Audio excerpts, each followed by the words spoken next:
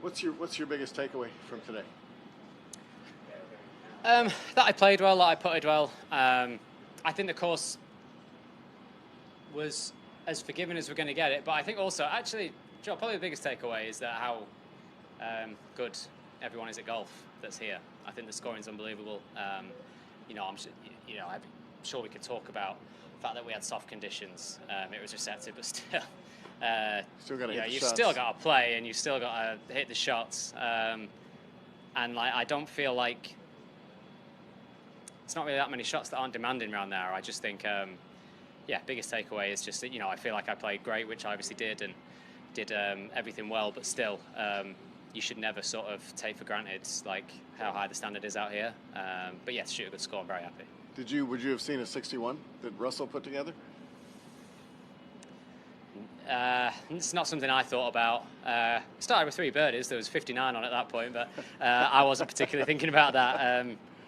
Unbelievable score. Yeah, just unbelievable score. And again, like I think, I don't know. There was somewhere recently where I said, like every now and again, it was Bob around last week when he shot 8 under around Cave's right, first 62. round, and like just sometimes people throw a round in and you just realise how good like players are. But do you think the golfing public is still coming to terms with that fact? I mean, I don't want to say 59's not a big deal, because it is, but it's happening with so much frequency, and really scores across the entire game have come down from where they were 15 years ago, as they should. Yeah, for sure. I think the skill level just keeps getting higher and higher.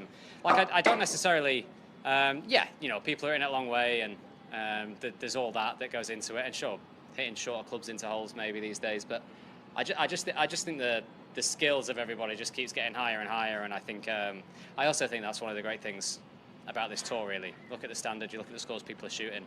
You're not going to get anywhere that's going to, push you to be as sharp as you possibly can be.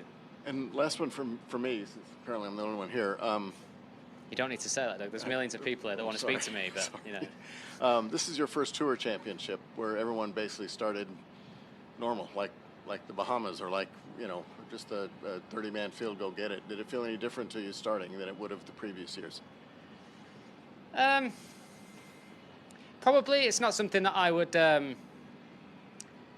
It's not something that I think I necessarily thought about. I think you just sort of, you have the format and you just go and play and you deal with it. It probably definitely does feel different. It's like, you look back to a year or two ago and we had that staggered start. I can't remember when they started. Were you ever here for points? I don't think you were. Was I here? When it was points and not the staggered start. 2018. You were here in 18, okay. Yeah. So I kind of remember that where you had the both going at once. Yeah. I know. Thanks, Doug. Again, your research knows no bounds. I'm joking. But yeah, I think it probably does feel way different. I mean, obviously, like if I was starting today, I'd have started in a good position, really. I was 5th in the FedEx, so I'd probably had a decent start, and then I started with 3 birdies, right? So I'd have felt good. But you start 10 back, and then maybe you bogey the first 2.